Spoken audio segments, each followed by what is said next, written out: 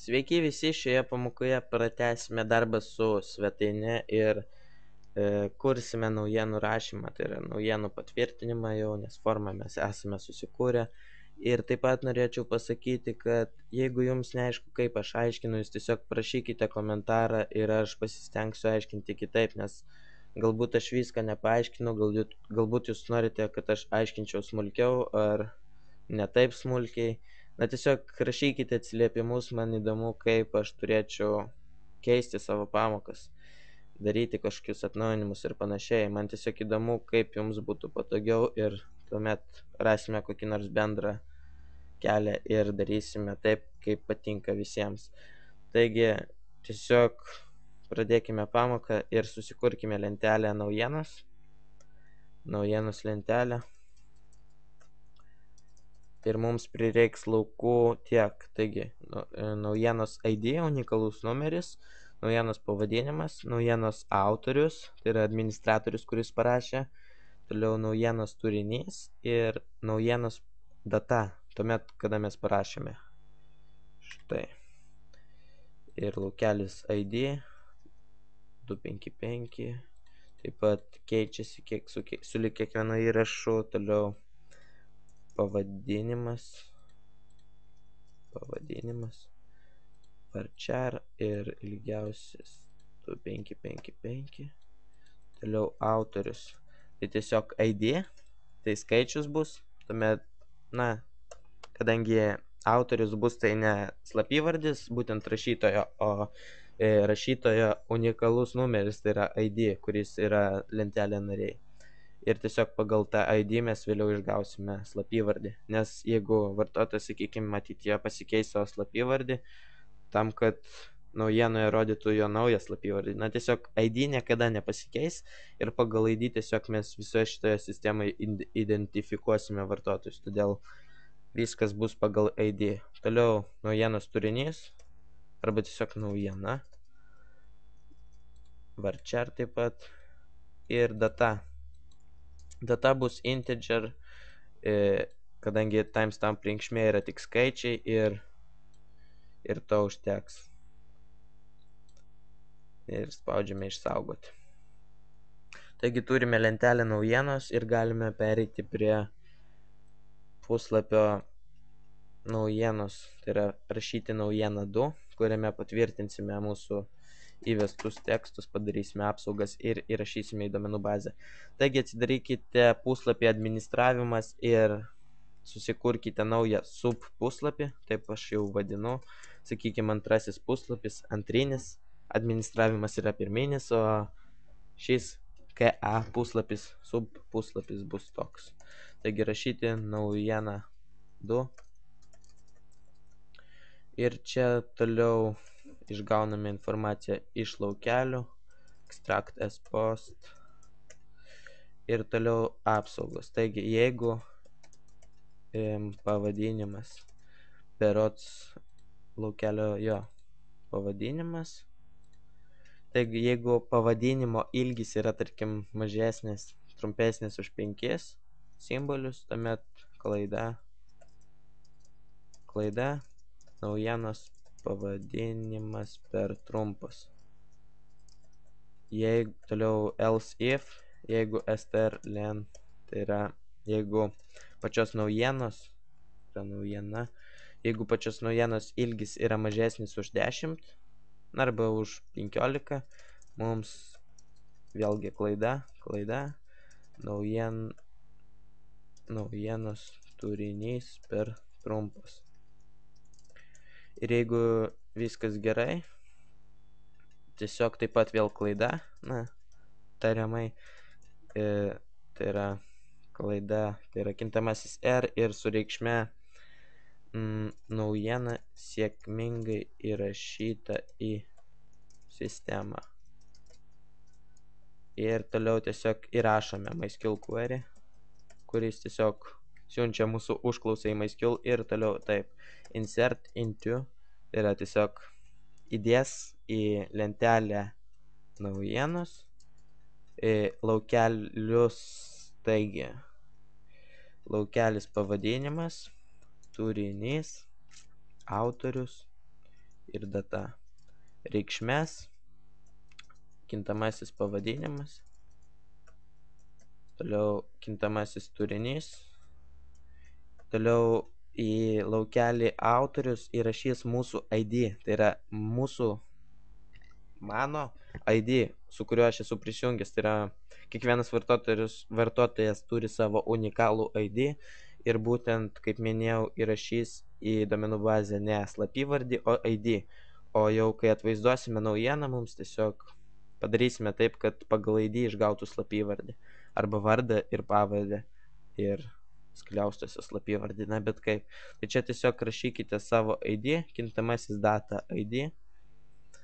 Datą kiekvienas prisijungęs vartotojas turi, nes tai tiesiog ištraukia visą jo informaciją ir kartu ID. Tai tiesiog data ID, bei turime įrašyti dabartinį laiką, timestamp reikšmę, tai tiesiog vėlgi time funkcija ir tiek.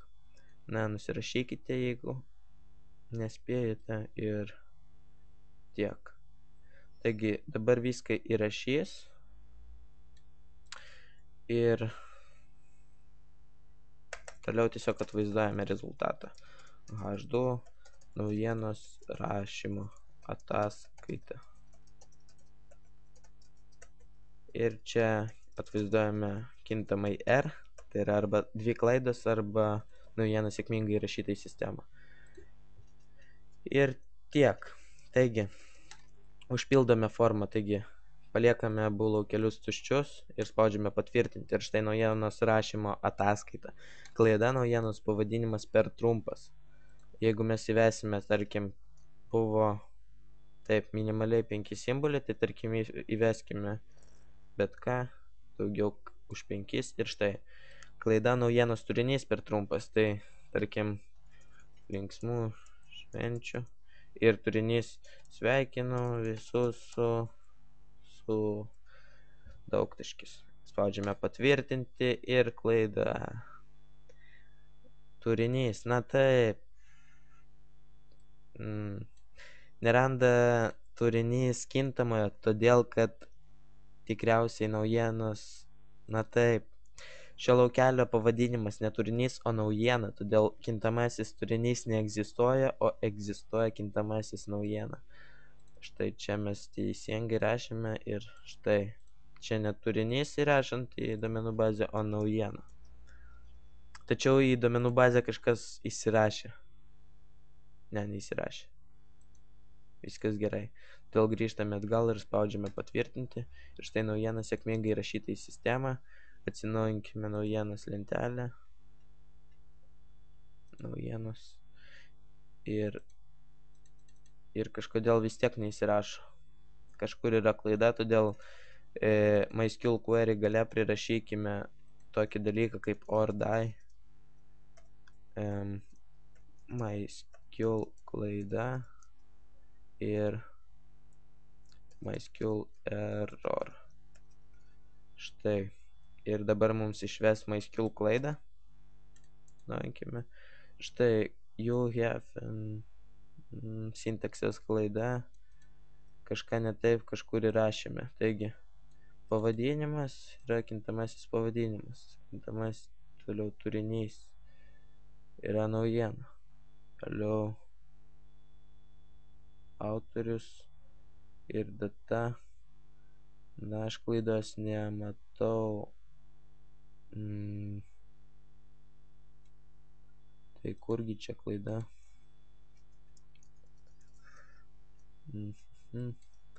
Gal kažkurį laukelį netaip parašėme.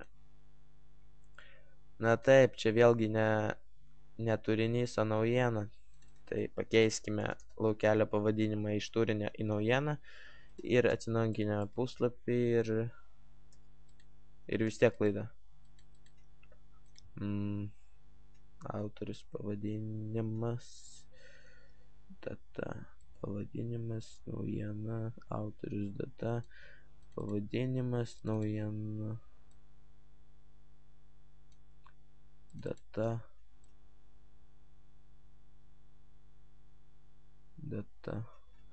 na, aš nematau klaidos, dėja. Galbūt tiesiog apsisaugokime, reikia pasitikrinti, ką mes rašome, linksmų švenčių. Na, galime pabandyti apsaugoti naujienos turinį, tai tiesiog HTML special chars ir linksmų švenčių. Sveikinu visus su tvirtinti ir vis tiek klaida. Na ir kurgi ta klaida?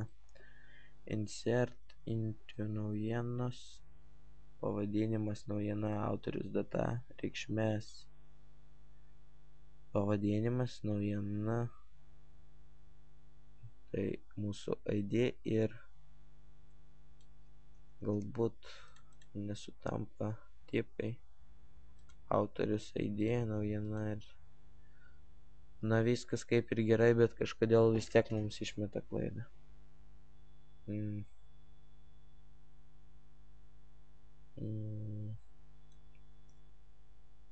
Na taip, mes pamiršome.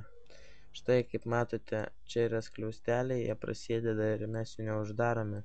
Mums reikia šioje vietoje jas uždaryti ir štai tiesiog atsinaujinime.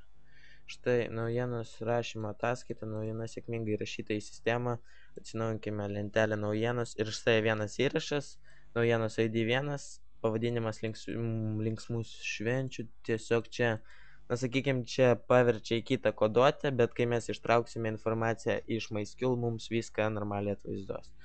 Ir toliau autorius yra 1, kadangi mūsų ID yra štai 1, tai tiesiog autoriaus laukelį įrašo mūsų ID, tai yra vienetas. Ir pagal šį ID vėliau mes ištrauksime savo vardą ir pavardę arba slapyvardį, tam, kad atvaizduoti, kas rašė naujieną. Ir štai naujienos turinys ir naujienos data, timestamp reikšme ir po to mes galėsime susikonvertuoti į normalią datą. Taigi kitoje pamokoje susikursime daugiau naujienų tam, kad naujienos puslapyje atvaizduoti jas ir peržiūrėti. Tai tikriausiai bus šiame puslapyje sąrašas, paspaudus ant kurios nors naujienos mums atidarys tą naujieną ir rodys jos turinį. Tai manau šioje pamokoje tiek, laukite kitos pamokos ir nepamirškite prenumeruoti pamokų viso.